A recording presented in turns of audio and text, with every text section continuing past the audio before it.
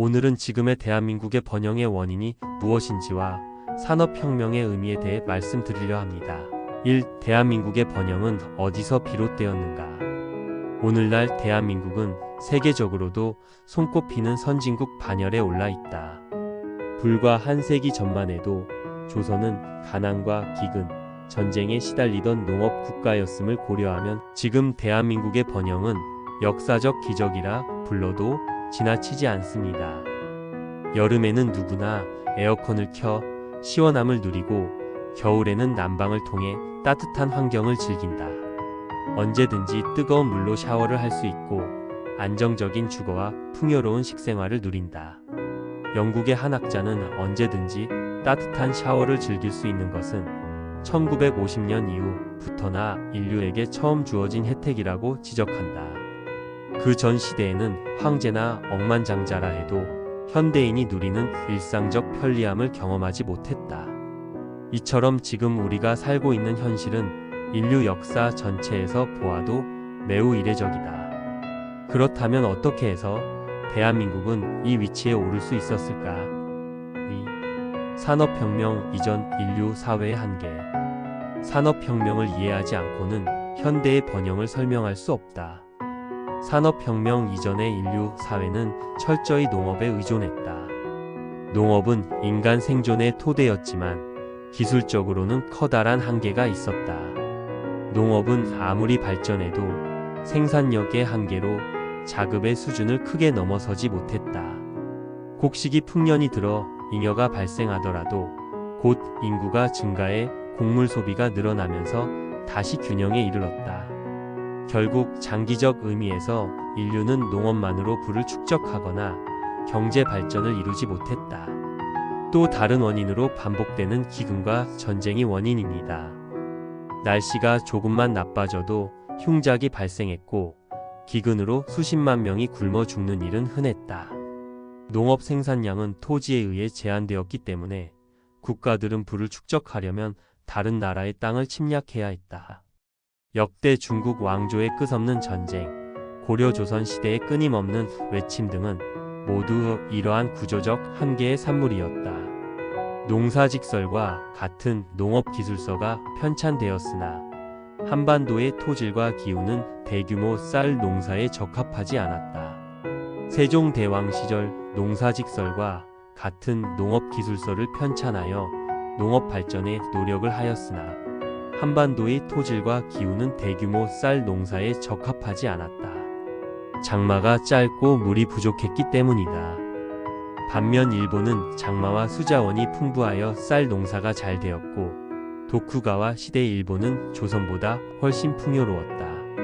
3. 산업혁명의 도래와 인류 문명의 대전환. 18세기 영국에서 시작된 산업혁명은 인류 문명을 근본적으로 바꿔놓았다. 생산 방식의 변화는 인간과 가축의 힘을 대신해 증기기관이 동력을 제공하는 방식의 변화였다. 방직 공장이 세워지고 기차가 개통되면서 물자, 수송 속도가 획기적으로 빨라졌다. 농업 중심 사회에서 공업 중심 사회로의 대전환이 이루어졌다. 경제 성장의 본격화는 산업혁명 이후 비로소 인류 역사에 경제 발전이라는 개념이 등장하기 시작했다. 이전까지는 부국 강병이 전쟁과 정복에 의존했으나 이제는 기술 혁신과 산업화를 통해 생산력을 확대할 수 있게 되었다. 영국의 예를 보면 프랑스, 스페인, 이탈리아 같은 대륙 국가들은 광대한 토지와 비옥한 땅을 자랑했지만 영국의 척박한 환경은 상대적으로 초라했다. 그러나 산업혁명을 주도한 영국은 곧 세계 최강국으로 부상했고 식민지, 개척과 해상 패권을 통해 세계 경제의 중심에 섰다. 4. 대한민국의 산업화와 번영. 1. 한국전쟁 이후의 기적. 한국전쟁 직후 대한민국은 세계 최빈국 중 하나였다. 그러나 1960년대 이후 본격적인 산업화에 성공하면서 짧은 기간에 놀라운 성장을 이루었다. 인구가 조선 말에 약 1200만 명에서 오늘날 5천만 명 이상으로 증가했지만 대규모 기근은 더 이상 발생하지 않는다. 산업으로서 농업 비중은 급격히 줄고 전자 반도체, 자동차 등 첨단 산업이 국가 경제의 주축이 되었다. 이 동북아시아 국가들과의 공통 경험. 대한민국의 성장에는 일본, 대만, 싱가포르, 홍콩과 같은 아시아 국가들의 경험과 공통점이 존재한다. 이들 모두 2차 세계대전 이후 미국과의 긴밀한 관계 속에서 안보를 보장받고 군사에 지출되는 비용을 줄여서 경제 발전에 집중할 수 있었다. 일본은 전후 미일 동맹을 통해 경제 재건에 성공하였고, 대만은 미국의 지원 속에서 반도체 산업을 육성해서 오늘날 TSMC라는 세계적 기업을 만들었다. 또 한국은 한미 동맹을 기반으로 중공업과 전자 반도체 산업을 육성해서 선진국에 진입했다. 3. 반도체 산업과 노동력. 1960년대 이후 미국 기업들은 값싸고 숙련된 노동력을 찾아 아시아로 진출했다. 한국 여성 노동자들은 반도체 조립, 납땜과 같은 정밀 공정을 빠르게 습득하며 산업화를 뒷받침했다.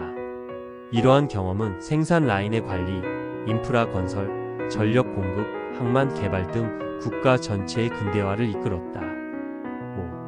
5. 번영을 가능케 한 조건들. 대한민국의 성공은 단순히 국민 개개인의 근면성실한 덕분만 아니라 여러 요인들이 복합적으로 작용한 결과다. 외부적 요인은 미국의 세계 전략으로 냉전 상황에서 미국은 공산주의와 맞서기 위해 동아시아 국가들의 경제 성장을 지원하기 위해 한미 동맹을 통해 대한민국의 안보가 보장되어 군사비 부담을 덜고 경제 발전에 집중할 수 있었다. 내부적 요인으로는 교육열과 근면성으로 국민들은 새로운 기술을 빠르게 습득하여 산업화에 이바지했다. 시골에서 올라온 청년 노동자들의 값싼 노동력이 도시의 공장을 움직이는 힘이 되었다. 또한 유교적 가치인 근면, 가족을 위한 희생, 공동체적 윤리가 근대 노동 윤리와 접목되었다. 지정학적 요인으로 한국은 미소 냉전의 최전선에 있었지만 오히려 그 위치 덕분에 막대한 경제 지원과 기술 이전을 받을 수 있었다. 6. 결론. 대한민국의 현재 번영은 단순히 내부 노력만으로 설명할 수 없다. 산업혁명이라는 인류 문명의 대전환, 제2차 세계대전 이후의 국제 질서, 미국의 지정학적 전략, 값싼 노동력과 교육열 등 수많은 요인이 맞물려 이루어진 결과이다. 지금 한국인들이 누리는 풍요는 인류 역사 전체를 놓고 보았을 때도 극히 드문 예외적 상황이다. 농업사회의 제약 속에서 굶주림을 면치 못했던 인류가 산업화와 세계화의 물결을 타고 비로소 새로운 시대를 열었다. 따라서 우리는 대한민국의 성공을 단순한 민족적 근면성으로 축소해서는 안 된다. 외부적 내부적 조건이 복합적으로 작용한 결과이며 앞으로도 이러한 조건들이 어떻게 변화하는가에 따라 한국의 미래가 결정될 것이다. 따라서 우리는 대한민국만이라는 이기적인 생각을 버리고 주변의 이웃 국가와 외부적인 관계를 서로 간에 도움이 되는 현명한 관계 설정으로 대한민국이 지속적인 발전을 하는 나라로 만들어야 한다. 동영상을 끝까지 시청해 주셔서 감사합니다. 안녕히 계십시오. 다음에 또 뵙겠습니다.